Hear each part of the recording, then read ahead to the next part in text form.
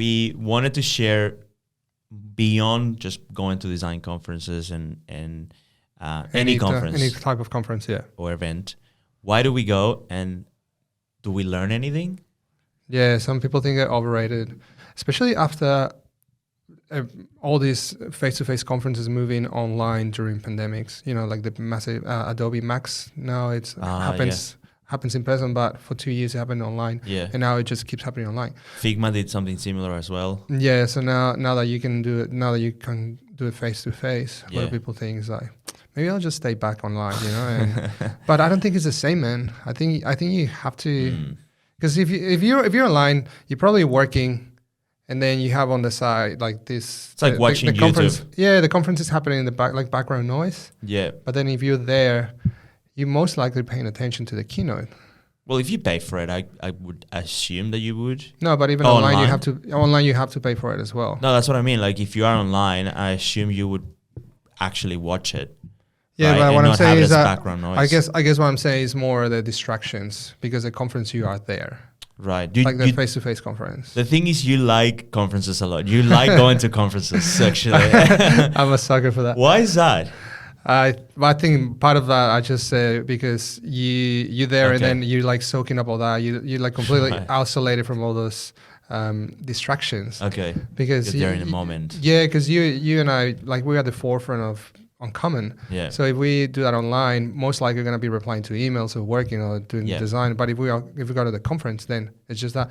Man, we went to TDC design conference in Brisbane in the middle of a project. We were about to kick off a project, and we decided to do it for many reasons. But I remember we have to go to the conference and then go back to the hotel and then carry on with the project that we were working on. We actually took meetings between breaks. Yeah, we took meetings in between breaks, and it just, I feel like we made that happen, and it was fine. But had we been if we were in Melbourne and not at the conference, I don't think we would have been paying too much attention. But why don't you like? Well, I'm changing my mindset around conferences because of you, actually, because some people may not know this, but I'm not a big conference person. Yeah. But to your point, I think the one thing I agree now and that I'm changing the way I see it is you put a name to the face too, right? Because or you put a face to the name, actually. It's the other way around. You can do either way. Yeah, either way. Point being that if you're not there physically, no one really knows who stands behind Uncommon. So maybe that's one thing that I give you. Actually, it is good to be there. I think we've spoken about this before. The reason why I'm not a huge fan of events is because sometimes I feel like I go and I don't learn anything. So I'm spending all this money, which is not... They're not cheap. Yeah, conferences aren't cheap. So I wish I take something away from that I can apply. You gotta really make your money worth. 100%. Yeah, and I've been to so many where I don't feel that way. So back in the day, you mean, when you were a student? Yeah, back in the day. Yeah. And I've also spoken about this. I'm not a huge fan of networking. What are you a fan of, man? Come on. I'm not. You just keep saying, such I'm not a a fan hater, right? Yeah, I'm not a fan of this podcast. I'm not a fan of anything. Yeah. No, it sounds so negative. Networking. You're not a fan of networking. The premise is I am not a fan of trying to talk to people for the sake of it. I prefer to connect with someone that really cares, right? Because I do care. If you tell me a story, conversation I'll with listen. Purpose Exactly. And so the idea of networking just because you're there, I don't like it. It does happen though. Like, it does happen. Like, there's a lunch break in the middle of the conference, and then people just standing around, and it's okay to go approach and talk to somebody, but sometimes, like, very quickly you realize. What? Sorry, now I was just thinking, now people are gonna look at me and be like, "Oh, I'm not gonna talk to that guy." Oh, that's the guy who doesn't like networking. That's the guy that hates networking. Yeah, you're gonna be standing on the corner by yourself, and I'm just gonna be controlling the masses. Like, okay, hang on. Yeah. I think it's okay to approach someone, but very quickly you realize if they into networking at that point or not. Some people are just in the middle of lunch and they just want to have lunch. Exactly. Some people are decompressing from the keynotes, from the morning block. Totally. Other people like myself, I'd like to go and talk to others and see what's going on. No, look. Let me make it clear You're that just digging your hole. I do like talking to people. That's not the problem. I just don't like networking. I hate that word. And I think when you go to a conference, it's embedded in the experience that you're gonna network, right? It's expected. Exactly. That's so the two things you do at a conference, right? Maybe three. One is keynotes. Yeah. Networking is a big one. Yeah. And maybe the wrap-up drinks. That's pretty much it. It comes down to that. Oh, so you do go for the drinks too? Man, 100%. That's why you pay the extra tier, so you can get those fancy cocktails. It's probably cheaper to just go to a bar and meet people. Yeah, but then that's weird, man. Like, I'm married, have kids, why would I go to a bar? That's strange. At that point, that's strange. But on that premise, right, like we wanted to talk about, why we go to conferences as well. Again, and I'm kind of looking at you on this one because you are helping change my mind around it and to see the value in it. So we actually... I get royalties from bringing people to the conferences. So every time you go there, I get paid. They should pay you actually because you promote the conferences a lot. That's the thing. Like as from a branding point of view, man, if I like what they do, I'm definitely gonna promote that. And then the TDC, I'm going to answer your questions, right? Like why that one, right? Yeah. The design conference in Brisbane, I just wanted a change of scenery. Yeah. There's a lot of UX and UI in our lives, a lot of digital, a lot of, research, customer centric and blah, blah, blah, all that sort of stuff. Yeah. And I just want to change all the buzzwords. Yeah. And I just want to change the scenery, like literally, because we also went to Brisbane, so it's not the same. Change of scenery, as in because at design conferences is more about creative. And graphic design, branding, graphic animation. So different realms of the design world. There was barely any digital presented there, and maybe I think it was all piece of folio, and then giving you the backstory of that. So when you see, or at least when I see a really good piece of work, I want to understand how they got there. Yeah, because the process is really interesting, and it's never straightforward. And it doesn't matter if it's a small studio or if it's a big studio. That's the reason why I wanted to go there, to see what would happen. And I've never been to TDC before. I've never been to Brisbane, and we had the opportunity. I was like, let's do it. And we did. I had never heard of the TDC conference before, but I think it was good. I do agree with the fact that we got to step out of the normal UX UI world and see how some studios were approaching really creative projects. That was really, really interesting. The one thing actually that surprised me, there was this studio that actually went through the process of how they did a piece. Like not only they presented it up on stage, but they also had like a mini workshop that you could go and see the step by step. They broke down the Mortal Kombat project. And it's such a cool project, right? It was the credits? The credits for the Mortal Kombat and movie. The emblem, like the little dragon as well. Exactly. It's a dragon. Yeah, it's a dragon. Yeah. But for the movies, the credits for the movie. Yeah. The live action movie. Yeah. It was cool. Like I didn't expect they were going to do that because a lot of people are very precious about showing how they do things. They like literally opened the Illustrator file and then went through everything there. I remember clearly Illustrator and a little bit of Photoshop was the tool that sparked the idea. Yeah. And then they did everything because they talked about using that cheesy effect, the bevel and emboss. It's like a threshold. Yeah. They use a threshold. Oh, you mean for that one? Yeah. Yeah. Yeah, that's true. I don't know why I said the other one. Yeah, the threshold one. I have terrible memory, but I remember this so clearly because actually it showed me that sometimes the best project comes out of nothing. Right. Like something so simple. I remember, I don't know if you remember this, but up on stage they showed what the original idea was and that it took forever to produce. And then when they presented it to the client hated it.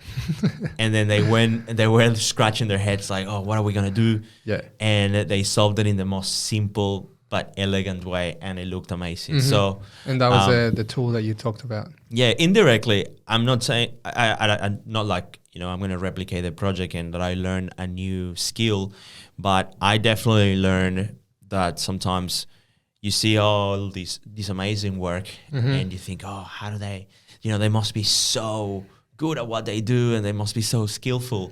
And you know what? Sometimes the best ideas come from the most basic concepts. Yeah. So one of the things that I took away from that, and it's nothing tangible, or it's not like something that somebody said or somebody did. Yeah. It was more about the drive of doing something creative and pushing through so you can get through. And that really helped me to, like, that pushed me over the edge to do this project, the podcast. Yeah. Because we were doing it in audio, and then I think we put it on hold for like a year. Nah, it was like a few months. Man, like the audio one, we recorded at the end of last year. Are you kidding me? Really? Yes, and then we launched it, and then we See, that's where my memory fails already. And then we didn't do anything until like, I don't know, June or July like this year. Right. Okay. Well, it's been a long time, hey. It's probably not a year, but it wasn't 2 months or 3 months. It was quite a bit. Yeah. And I was like, man, we have to do it. I mean, I know you were very keen, but that's what I took away from that. It's like the creative, those creative juices that we keep talking about, and taking something to the next level too. Yeah, just do it. Like do it and push through. And and we met amazing people. We met Karan, who came on board to the episode number 1. Yeah, that's another thing we took away. We met and connected with some people. We saw some friends as well. We saw Jason and Marco up there as well. And they told us about the No BS conference that we'll talk about in a few minutes. Ended up going to as well. Yeah, they sold us a dream. Yeah. They sold us a ticket right there. it led to a lot of cool things. The No BS, talking about No BS, because we Jason and Marco, who are the organizers of the event, were up in Brisbane at the TDC, and I met them for the first time. You already knew them. Yep. And it was really cool. We started talking about NFTs and whether we're going to do with the conference. And at that point, I was again thinking, I'm not going to go to another conference. You already checked out when they started talking about the conference. Yeah, but they did say something interesting, which was, by the way, the No BS obviously comes from the no bull beep word.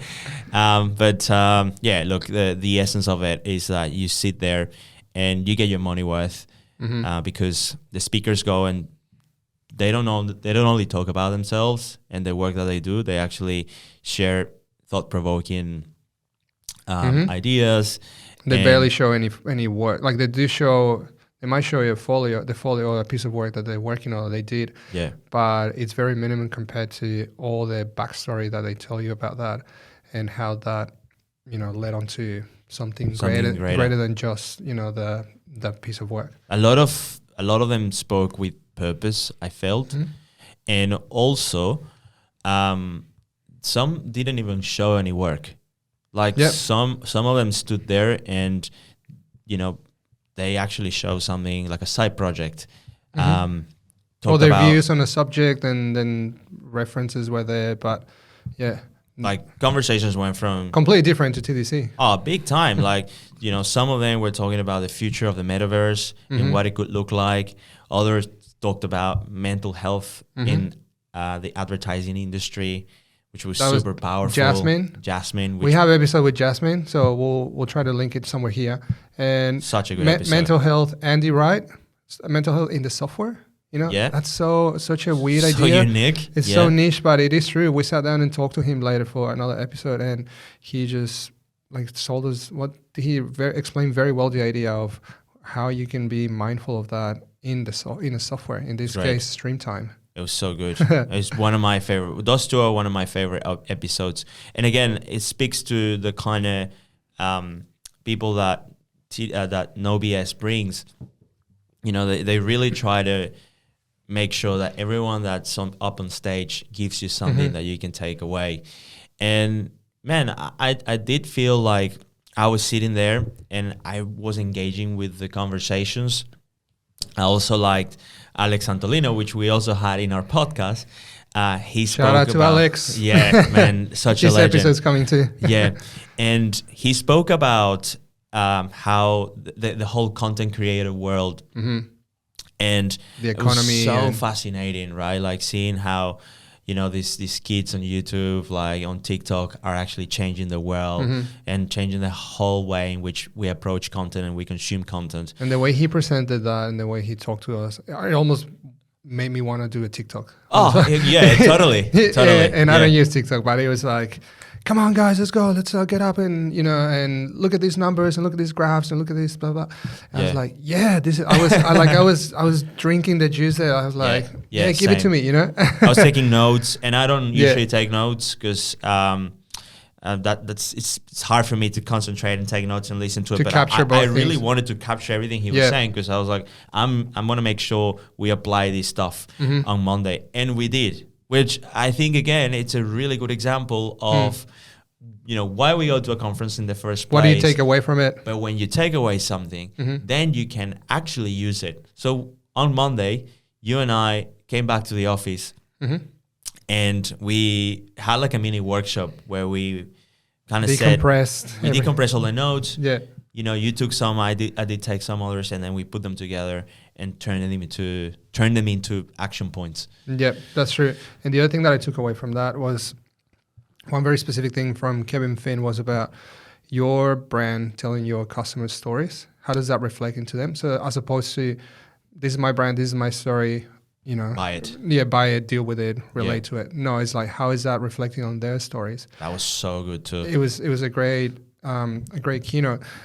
But the point being is that really helped us to also shape the format of this podcast. Yeah. Because we've been doing this for just, we're at a point where we can still pivot and shift things here and there so we can really refine it. But that one really resonated with me. Yeah, it did apply actually to the stuff that we were doing, because it gave structure almost. Yeah. And even a layer of meaning as well to the stuff that we do. So, big shout out to No BS. It was super. I like the fact that we went there with the aim to support the boys, Jason and Marco at the start. Yeah. Also, that was the main goal, to support them, right? Yeah. But then you walk out of there with all this knowledge and all these different takeaways that you can then apply onto your own business. But it's not all about design, and we also attended another conference at the start of the year. You were just saying 2 days after your birthday? It was 2 days after my birthday. Yeah. Oh, you got that right. I got that right. Yeah. And that was the NFT Melbourne? NFT Melbourne, yeah. Which organized by Theo. Yep. Which hopefully joins us. So he may be out. He is going to be here in a couple of weeks. Oh, sweet. Okay, he'll join us in a couple of weeks, yeah. It's also going to be part of the podcast. So when you're listening to this, it might already happen, or it may happen at some point. In the metaverse, maybe. I don't know. Who knows? The truth is, we went to NFT Melbourne because we were at the point where working on some NFT projects. We're super interested in this space. Oh, yeah, that's right. And this came up, and it was a no-brainer. We had to go because we wanted to see Zero expectations. Remember 100%. That? Oh, yeah. Man, let's go. It's gonna be in some basement, and it's gonna be the billboards looks like a basement. Yeah, true. That was a venue. Yeah. It looked like it's a nightclub, for context. So some people may not know what billboards is. It's correct. A nightclub. Yeah. It's a nightclub in the city, in the CBD, city center of Melbourne. It's an institution. It is for partying. If you're not 18 for a years conference. No. If you're 18 years old and you haven't been there, you're nobody. But yeah, true. I never went there, by the way. It was my first time at billboards. Was it? Okay. Yeah.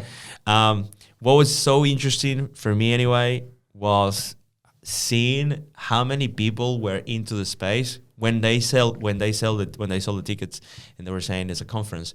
In my mind, I'm like, maybe it's just gonna be like a small group of people around the table, and it was packed. And by the number of people, I think you also mean the background, the different backgrounds from each person. It was It was not. Remember, you went in and it was about they will give you a wristband. And each wristband it will relate to maybe you were a creator, you were a developer, or you were, I can't remember the third one, an investor maybe? Or, I think, they had a wristband for investors as well. Was it? Or a collector? I can't remember now. Yeah. But yeah, it's like you and I went there with zero expectations, and all of a sudden you walk in and the place is packed. It's like 1,000 people there, and everyone's super keen on the panel, and that's where we met Danielle Weber, who also came to the podcast, had tacos and spicy margaritas. Yeah. Such a good episode. Another good episode. Yeah, man, she's such a legend. And I feel like everyone was there also almost finding their way into the space, and that was something that I really liked. It kind of felt like we were not alone, right? We're like everyone's just like learning on the job. a little bit, yeah. On the go, I should say. It was kind of like the forming of an industry, the very early days of an industry. And so that was really cool. And we also got to learn about other projects which we didn't know about. We met some creators as well. Yep. Some guys who were in the gaming industry, and then they switched to the NFT space, and they were doing some really cool stuff.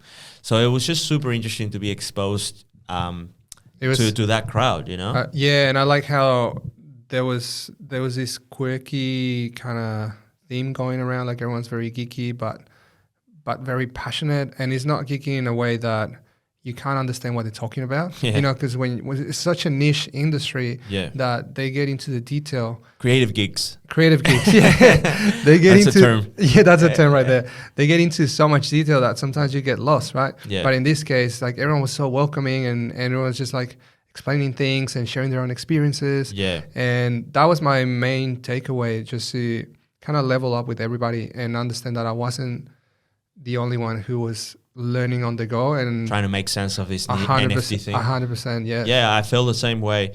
That's why I'm big on going to conferences that are not just about design. If you're a designer, again, something that I talked about before with you. But the reason why I'm big on it is because sometimes when you go to a design conference, whether you want it or not, you're gonna see stuff that you already know, maybe. You mean as a designer when you go to a design conference? Yeah. You're accustomed to, exactly.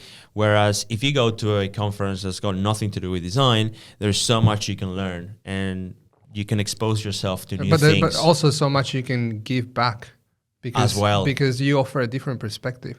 At least that's how I see it. When I see a conference about NFTs or the Web3, and there's the main themes are, again, NFTs and the blockchain technology. There are a lot of people that understand that. Yep. But also there's a lack of people that understand the pain points from a user point of view. Yep. So as a user, if you want, all the hurdles you have to go through as a user, if you want to buy an NFT, you have to fund the wallet and then get the wallet connected and Yeah. And we talked about this many, many times before. And everyone understands. We've whinged a lot about this. Yes. And everyone understands that there's an issue there. Everyone in this example in that conference understands there's an issue there, but very little people will know how to solve it. I'm not saying we have the answer, but I think we are a little bit closer to understanding how it could be solved, and that's what we can bring onto the table. Well, the NFT conference led to us kind of realizing there is a gap in the space and that we can actually do something to solve it. Yep. And so, from there, we did a couple more NFT projects and Web3 projects, actually. And we don't have an NFT collection just yet. No, but we talked about it. It may come out. Yeah, I'm not sure. I don't want to kill that idea because I think there's something in there. Oh yeah, 100%. But I think one takeaway and something that we did apply then to our work is that we saw that the space was still in the very early days, and therefore, like you're saying, wasn't mainstream. So it was kind of difficult to get into, and there was lack of trust as well. Yeah. So every project we took afterwards was focused on making sure that the trust aspect was embedded and it was there, it was present. So people, when people came to the website and saw the project for the first time, it had this sense of understanding. Yeah, understanding. Also felt like the project was actually legitimate. And so, I think indirectly we learned something. 100%, yeah. I think from each of these events, we took something away and then we applied it. Yeah. And that would be the one thing that I would recommend anyone going to a conference, attending to a conference online or in person, is maybe set yourself some goals. Yeah. It could be, I want to catch every single keynote, and make sure you do that. So or it could be, I want to talk to this keynote speaker after the keynote. Yeah. So perhaps you have to do a little bit of research on them. And as long as you check those boxes, then I would say it's okay to pay for however much it's going to be, but make sure you walk away from there with something that you can apply. That you can apply, yes. Big and time. If you do that, I can almost 100% guarantee that it's going to be very fulfilling. Oh man. Because I feel like we walk out of conferences and we take so much from it that I don't mind if we pay a couple of grand for, a couple of tickets. I was going to say beautiful words, but then you just said that. I was like, oh my God. Anyway, let's wrap it up. That's great, man. Okay, Good man. stuff. Nice one.